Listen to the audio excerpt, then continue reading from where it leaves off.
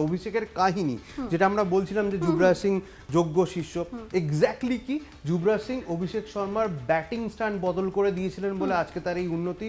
যুবরাজের নির্দেশ ছিল 100 মিটার, খুব ইন্টারেস্টিং এটা দেখো, 100 মিটারের বাউন্ডারি পার করতে পারলে 6 রান ধরা হবে, না 6 রান ধরা হবে, না হলে আউট।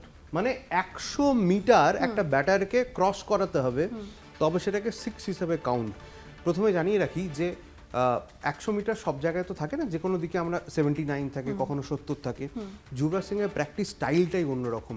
তুমি যুবরাজ সিংয়ের আন্ডারে যখন অভিষেক শর্মাকে প্র্যাকটিস করতে হচ্ছিল, তখন অভিষেক শর্মার এই যে মাসেল পাওয়ার, এই ধরনের বিষয়গুলো ছিল না। আস্তে আস্তে তাকে ট্রেন করা হয়েছে, তাকে আস্তে আস্তে গড়ে তোলা হয়েছে, এবং যুবরাজ সিংয়ের কড়া নির্দেশ ছিল তুমি 100 মিটার ক্রস করলে তবেই সেটা 6 হিসেবে ধরা হবে, যদি 99 হয় তাহলে সেটা 6 নয়, অর্থাৎ তুমি আউট।